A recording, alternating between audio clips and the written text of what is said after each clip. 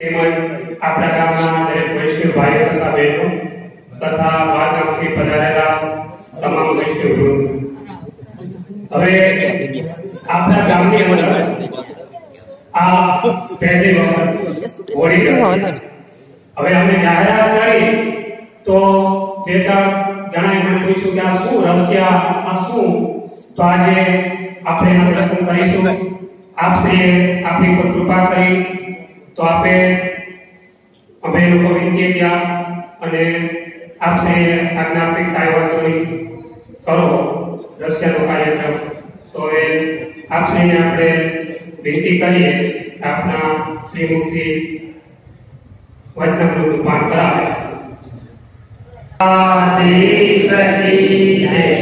श्री गुसाई जी परम दयाल की जय, श्री विदेशराय प्यारे की जय, श्री उत्सवराय प्यारे की जय.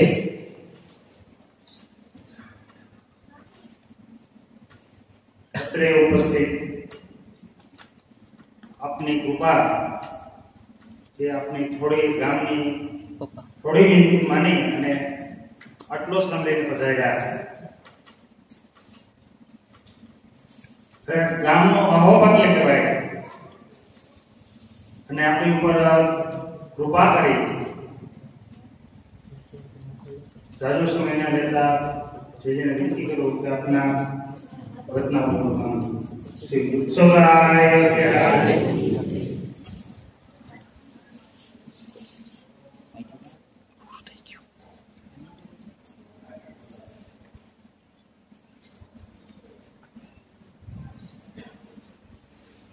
श्री श्री श्याम मनोहरम सुखकरम श्री बालकृष्ण श्री मणिमंगल मोहनौ जसमुखौ श्री विद्यादेशं श्रीमद्गोकुलनाथ पादयुगलं यद्वद्वयं वल्लभं श्रीमती श्रीपादपङ्कजलहंसापि वन्दे श्रीमदाचार्य चरणं शरणं सर्वदेहिनां अशेष दोषदहनं हस्तकेलादतां न मन्त्रेण तन्त्रेण तज्ज्ञानसत्तवय वैकुण्ठवृत्तेषु वैकुण्ठलोके गतिर्विठ्ठलेशे रतिर्विठ्ठलेशे मतिर्विठ्ठलेशे वन्दे नन्दप्रदस्त्रीणां पादरेणु भीष्णशः यासां हरिकथोपीतं पुनाति भुवनत्रयं संचिन्तये भगवतः चरणारविन्दं वज्राङ्कुशध्वजसरोरुलाञ्छनाट्यम् उत्तुङ्गरक्तविलसन्नखचक्रवालज्योत्स्नाभिराहद्गणतरतया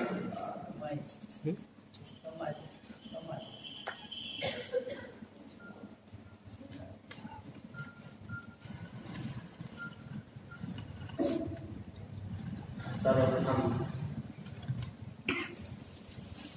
श्रीमद मोहन प्रभुना बालकृष्ण प्रभुना चरणारविंद नमस्कार.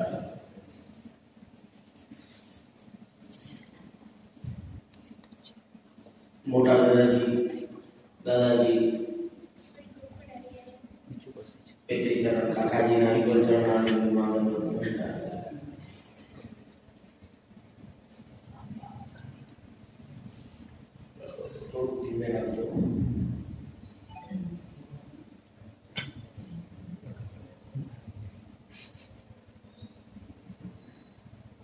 अजाब गामना બધા જ અહોભાગી વૈષ્ણવજનો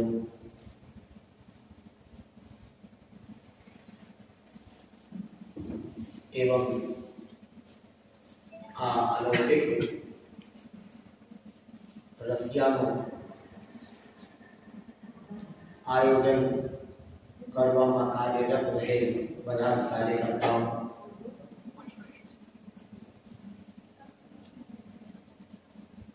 श्री वल्लभ प्रभु की कृपा थी, श्री विठ्ठलेश प्रभु की कृपा थी अपना बधाना अहो भाग्य छे के आपे कृपा विचारी ने एवा संप्रदाय में एवा मार्ग में आपणो अंगीकार कर्यो छे जेमा अवारनवार આવા અલૌકિક પ્રસંગોનો વિવિધ પ્રકારે વૈષ્ણવ સૃષ્ટિને લાભ મળ્યા જ કરે છે. ભાવ, નિસ્વાર્થ ભાવ હોવો આવશ્યક છે અને નિસ્વાર્થ પ્રેમ ભગવત ચરણારવિંદમાં હોવો આવશ્યક છે. બાકી આ જે બે મુખ્ય વસ્તુ નો ટેકો લઈને જો જીવ આગળ વધે તો માર્ગના દરેક નાના મોટા અનેક ઉત્સવો, અનેક પર્વ એ બધાનો દર વર્ષે વિવિધ રૂપે આનંદ એને પ્રાપ્ત થાય. આ તો લૌકિક અને આ કાળના પ્રવાહમાં એના પડછાયામાં કોઈ દુર્ભાગ્યવશ એવા આવી જવાયું છે કે આ બીજા અન્યમાં ક્યારેક ભગવત કૃપાથી હૃદયમાં મનોરથ થાય અને આયોજન થઈ જાય, અન્યથા સહજમાં નથી થઈ શકતું. એનો કારણ કોઈ જીવની પોતાની સ્વતંત્ર ભૂલ છે એવું નથી, પણ આ કાલ જ અયંતુ યુગ ધર્મ, આ યુગનો ધર્મ જ એવો છે, આ કાલ જ એવો છે કે જે ભગવત કાર્ય કરવામાં પોતે આડો આવીને ઉભો રહે, ન કરવાથી એવા પ્રયત્નો કરે. પણ જો જીવને શ્રી વલ્લભાચાર્યજીના ચરણારવિંદનો આશ્રય દ્રઢ હોય તો શ્રી ગુસાઈજીએ જે આજ્ઞા કરી છે કે કૃષ્ણશ્ચેત સેવ્યતે ભક્ત્યા ફલિસ્તસ્ય ફલાય, જે ભગવાન શ્રી કૃષ્ણને સેવે છે, એમની સેવા કરે છે, એમના ચરણારવિંદનો આશ્રય કરે છે, શ્રી વલ્લભાચાર્યજીના ચરણારવિંદનો આશ્રય કરે છે, એને આ કલિયુગ પણ ફલરૂપ બને છે. અને વસ્તુતઃ લેશ માત્ર પણ એમની જ કૃપાથી આપણને એમના ચરણારવિંદનો આશ્રય છે. જેવો હોવો જોઈએ એવો તો નથી, પણ લેશ માત્ર પણ એમની કૃપાથી છે, જીવની શક્તિ નથી, એમની કૃપાથી છે. એટલે જ આપણને આ અલૌકિક ભગવત સત્સંગોના અવારનવાર આનંદો પ્રાપ્ત થયા કરે છે. જેમ કે આ રસિયાનો જ આનંદ નો પ્રસંગ રાખ્યો, તો આમાં નિમિત્ત કાંઈ નથી, બસ ભગવત ગુણાનુવાદ જ એ જ નિમિત્ત છે, એ જ મુખ્ય છે, એ જ લક્ષ્ય છે. એટલે જ મેં કીધું કે અહોભાગી, જ્યારે કોઈ કારણથી આપણે કરીએ, બે પક્ષ છે. એક તો કે આપણો કોઈ પણ લૌકિક કાર્ય હોય તો એ લૌકિક કાર્ય પહેલા ભગવત કાર્ય કાંઈ ને કાંઈ એ નિમિત્ત થવું જ જોઈએ. તો એ લૌકિક કાર્યમાં જ્યાં આપણે દ્રવ્ય ખર્ચ કરવા જઈ રહ્યા છીએ એની આજ્ઞા પ્રાપ્ત થઈ કહેવાય. કેમ કે વસ્તુતઃ જ્યારે બ્રહ્મ સંબંધ પ્રાપ્ત કર્યો તો આપણે નિવેદન જ્યારે કર્યું છે તો એમાં બધું જ આપણું સમર્પિત કર્યું છે પ્રભુના ચરણારવિંદમાં. એટલે આપણી સત્તાનું કાંઈ પણ નથી, આપણે માનીએ છીએ પણ વસ્તુતઃ છે નહીં. કેમ કે સમર્પણ એને જ કહેવાય. સંપૂર્ણ સમર્પણ જ્યારે છે તો એ જ છે, એમાં આત્મા આદિ અખિલ આપણાથી સંબંધિત જેટલું પણ છે એ બધું આપણે ચરણારવિંદમાં સમર્પિત કર્યું છે. આપણા પરિવારજન એટલે કે આપણાથી સંબંધિત જે પણ છે, તો સ્વાભાવિક છે કે પછી આપણી સત્તાનું તો કઈ નથી, બધું ભગવત પ્રભુના ચરણારવિંદમાં જ છે. તો એમાંથી આપણે જ્યારે આપણા લૌકિક માટે દ્રવ્ય ખર્ચ કરવો હોય તો પહેલા આજ્ઞા માંગવી આવશ્યક છે. આજ્ઞા તો એ અલૌકિક, જેમ કે લોટી ઉત્સવ આદિ છે કે આપણા ઉપર પ્રભુ બિરાજતા હોય એ પ્રભુનો મનોરથ છે, અથવા ગુરુ ઘરે તો જે ઠાકોરજી બિરાજે છે, જેમના સન્મુખ આપણને બ્રહ્મ સંબંધ પ્રાપ્ત થયો છે, એમનો મનોરથ છે, એમને આપણે યથાશક્તિ અંગીકાર કરાવીએ. તો એ બધો ક્રમ એ આજ્ઞાનો છે ને એ કોઈ નિમિત્ત હોય ને આપણે કરીએ છીએ. પણ આ રીતના જે આજે બધાએ મળીને આ આયોજન કર્યો છે તો એમાં કાંઈ નિમિત્ત નથી, બસ આનંદ જ લેવો છે, ભગવત સત્સંગ જ કરવો છે, રસિયાનો કીર્તનનો આનંદ જ લેવો છે.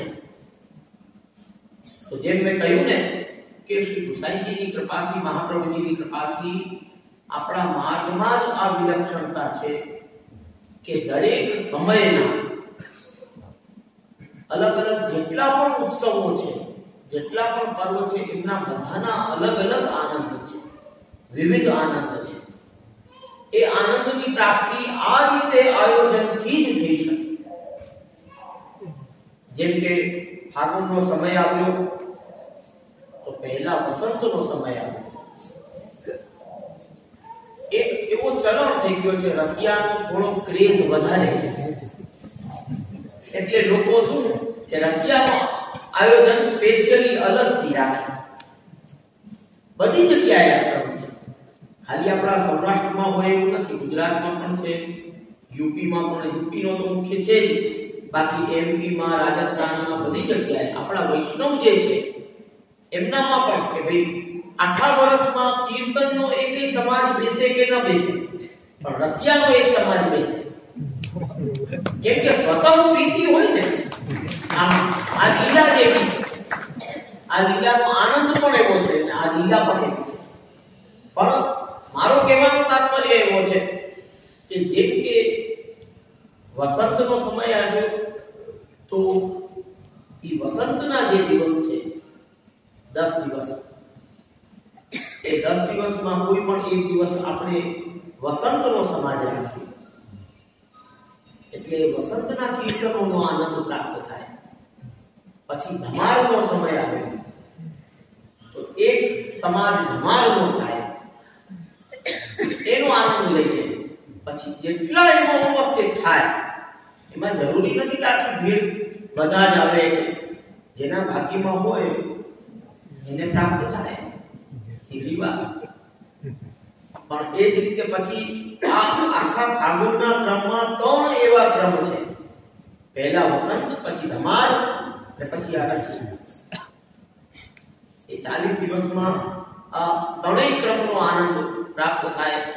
પછી કુંજના પદ છે, ડોલ પછી કુંજના પદનો, પછી ફૂલ મંડળીઓના ઉષ્ણકાલના ક્રમ થાય. એ બધા જો આ રીતે આપણે ચલાવીએ તો આ મુખ્યમાં કહેવાનું કારણ એ છે કે હવે જે કીર્તનિયાઓ લુપ્ત થતા જાય છે, એ લુપ્ત થતા અટકી જાય, એમાં પાછી વૃદ્ધિ થવા માટે. હમણાં કેવદરા ગયા તો એમાં કાળુભાઈએ પહેલા વાત કરી, સુંદર વાત કરી એમને કે અહીંયા સત્સંગ ચાલુ કરો, પરિષદની સ્થાપના કરો. બિલકુલ યોગ્ય વાત છે. સત્સંગ મુખ્ય કર્તવ્ય છે આપણું બધાનું, એ મુખ્ય ધર્મ છે. પણ સાથે સાથે એક વસ્તુ ખાસ ધ્યાનમાં રાખવાની છે કે એવી જે પણ પરિપાટીઓ, આપણી પ્રાચીન પરિપાટીઓ આપણા સંપ્રદાયની જે લુપ્ત પ્રાય થતી હોય અથવા લુપ્ત થવા જઈ રહી હોય તો એને અટકાવવી એ પણ આપણો જ ધર્મ છે, આપણો જ કર્તવ્ય છે, જેનાથી આજે જે યત્કિંચિત આપણને પ્રાપ્ત થાય છે એ આગલી પેઢીને પણ એમનેમ અવિરત પ્રાપ્ત થયા કરે, અન્યથા બિલકુલ ધીરે ધીરે હવે આજે જૂનાગઢની પહેલા મંડળી બહુ મોટી હતી, હવે એવી પરિસ્થિતિ છે કે કીર્તન મંડળી જ નથી, એ ધોળ ગાવા વાળા છે એ જ કીર્તન ગાઈને માલા પેરામણી પૂર્ણ કરાવી દે છે, જે છે સ્પષ્ટ કડવી વાત છે, પણ જે છે એ ચોખ્ખી વાત છે, કેમ કે કીર્તનનો ક્રમ જેમ આપણે સત્સંગ કરીએ તો સત્સંગમાં આપણે એવું સ્પષ્ટ મનમાં સંકલ્પ લઈને બેસીએ કે બે જણા બેસીએ, બે જણા સત્સંગ કરશું તો બીજા બે જણા જોઈ ને મહાપ્રભુજીની કૃપાથી આવીને એમાં બેસશે ને સત્સંગ કરશે તો 4 થઈ જશે, 4 ના કાલે 8 થઈ જશે. એ જ રીતે જો આ અલગ અલગ સમયના કીર્તનોના સમાજ રાખવાના દરેક ગામમાં જો આપણે ચાલુ કરીએ, જેટલું જે આવડે એમાં જરૂરી થોડું છે કે બધું આવડી જ જાય બધાને, સર્વગુણ સંપન્ન કોઈથી કોઈ હોતું જ નથી, ને આપણો માર્ગ તો અથાગ સાગર છે, આમાંથી તો એક છાંટો પણ ઉડી જાય તો ઉદ્ધાર છે.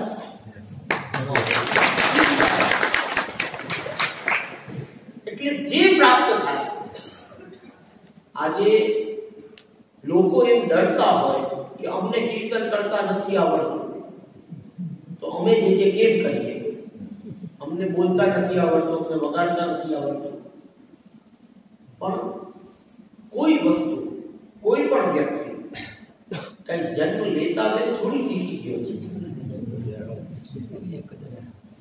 વ્રજભાષામાં કહેવાય કે કરત કરત અભ્યાસ જળમતી હોત સુજાન, બિલકુલ જળમતી હોય ને એ પણ સુજાન થઈ જાય જો અભ્યાસ કરતો રહે તો.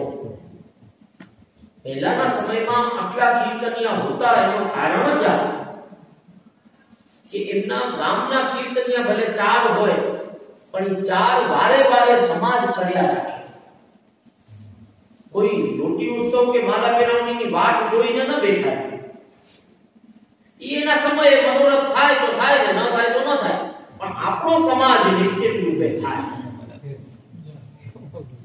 આપણે તો કીર્તન કરવાના, પછી ભલે અઠવાડિયે એક દી નક્કી થાય, 15 દિવસે એક દી નક્કી થાય, પણ એ કીર્તન કરશો તો આગલી પેઢીમાં જે નાના નાના બાળકો છે એ એમાં બેસશે તમારા સાથે, તો એ પણ એ રંગમાં રંગાશે. આજે જે પણ કીર્તન આપણા ગામના કીર્તનિયાઓ છે એમને જ પૂછી લ્યો ભલે કે કેની પાસે શીખવા ગયા હતા. આ જ રીતે મનોરથોમાં કીર્તન થતા હોય ને સાથે બેસી ને શ્રી મહાપ્રભુજીની કૃપાથી આવડે.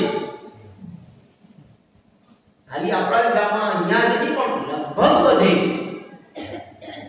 જે મોટા મોટા આ લીંબુડા વાળા વીરજી ભાઈ, આ બધા જે જૂના કીર્તનિયાઓ જે હતા, ત્રિકમભાઈ, ગોકળભાઈ, વલ્લભભાઈ, તો આ બધા પણ એ જ રીતે બચપનથી સમાજમાં સાથે બેઠા એમનાથી વડીલ કીર્તનિયાઓ સાથે ને શીખી ગયા, શ્રવણ કરી કરી. કીર્તનના 2 પ્રકાર છે શીખવાના. એક તો કે જે વિઠ્ઠલદાસ બાપોદરા આદિએ ક્રમ ચાલુ કર્યો અને શિબિર ગોઠવતા, બધાને એક એકને તાલીમ દેતા, એ આખી લાંબી પ્રોસિજર છે, જે છે સ્પષ્ટ છે, એ પણ સુંદર ક્રમ છે, પણ 2 આના વિભાગ છે, 2 ક્રમ છે. કેમ કે આ કીર્તન ભક્તિ છે. એટલે એક તો આ પદ્ધતિને પકડીને આગળ વધીને ચાલવું, એના માટે તમને કોઈ એક કીર્તનીઓ જોઈએ જે તમને બધાને બેસાડીને બધા સ્વર લિપિબદ્ધ કરાવે, બધા કીર્તનો લિપિબદ્ધ કરાવે, સ્વરો શીખડાવે, સારે ગણો પદ નિસા ઉપર રિયાજો કરાવે. ને બીજો પ્રકાર કે ખાલી તમે શ્રવણ કરો, શ્રવણ કરીને શીખતા જે શ્રી મહાપ્રભુની કૃપાથી સ્વતઃ આવડી, શ્રી વલ્લભની કૃપાથી જે છે સ્પષ્ટ છે. બે પદ્ધતિ છે. એક શ્રવણની પદ્ધતિ જે આપણી પ્રાચીન ક્રમ ચાલી જ રહ્યો છે આપણા ગામડાઓમાં, એ સાંભળીને કીર્તનિયા બની ગયા. ધ્યાન પકડીને બેસી જાય, પેલા બોલતા ના આવડે, ખાલી સાંભળે, વડીલો ગાતા હોય ને સાંભળ્યા કરે. પછી અચાનક એક દી કોઈ વડીલ કહે કે તું ગા, એટલે એ ગાવા માંડે. એ તો સ્પષ્ટ છે કે મહાપ્રભુજીની કૃપા, શ્રી ગુસાઈજીની કૃપા. ને એક સામાન્ય રીતે પણ જોઈએ આપણે તો જે લોકોને પિક્ચરના ગીત વગેરે અથવા ગરબીના ગરબા તો એ સાંભળીને તો ગાતા આવડી ગયું છે. ક્યાં કોઈની પાસે તાલીમ લેવા ગયા? ચિત્ત ત્યાં હોય એટલે આવડી જે છે સ્પષ્ટ છે. જે એમાં પણ ધ્યાન દેજો, જે ગરબો ગમશે ને, જેની રિધમ ગમશે, જેની ધૂન ગમશે, એ જ યાદ થશે. જેની ધૂન કે રિધમ નહીં ગમે ને, એ યાદ નહીં. જે છે સ્પષ્ટ છે. એટલે કીર્તનમાં પણ ગોસાઈજીનો શરણાર્થીનો આશ્રય રાખી એમનું સ્મરણ કરી ને આવો ક્રમ આપણે ગામે ગામે જો ચાલુ કરશું, ત્યાંના જે કીર્તનિયા છે એ લોકો એકવાર શરૂઆત કરશે, વિશેષની ખાલી કલાક જ લેશે, ભલે અઠવાડિયામાં એક જ દિવસ કે 15 દિવસમાં એક જ દિવસ અથવા નિત્ય તો અધિકથી અધિકમ ફલમ, એ તો સૌથી ઉત્તમ છે. પણ એ સાંભળ આવતો સાંભળશે ને તોય આવડી જશે. આજે જેને કીર્તન બિલકુલ નથી આવડતા ને, એ લોકો પણ ખાલી મનોરથમાં જઈને બેઠા છે, એમને પણ આપણે કોઈ કીર્તન ચાલુ કરીએ, જેમ કે જિનકે કટે જન્મ કે પાપ, એને તરત એ કીર્તન યાદ આવી જાય, મનમાં બોલ્યા કરે, ભલે ધારે નહીં, જેમ કે એટલું સાંભળ્યું છે કે એને એમને છપાઈ ગયું. આ શું મહાપ્રભુજીની કૃપા છે, જીવની કોઈ શક્તિ નથી.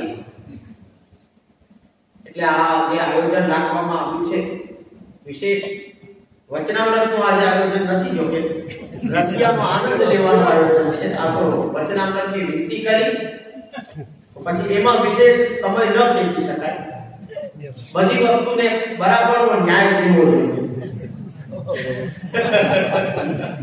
એટલે હવે આપણે રશિયામાં આનંદ વિશેષ લેવાનો છે. કીર્તનીઓ પણ બધા તૈયાર બેઠા છે. એટલે આ જે આયોજન કરવામાં આવ્યું છે, બહુ હૃદયમાં પ્રસન્નતા થઈ, ખૂબ આશીર્વાદ છે બધા.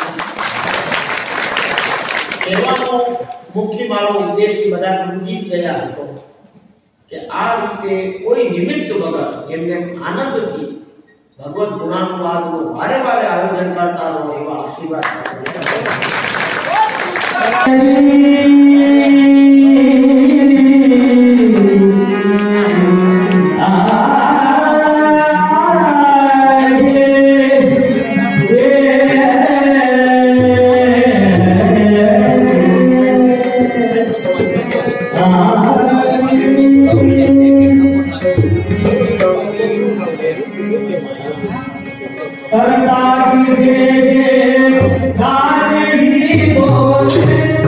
Oh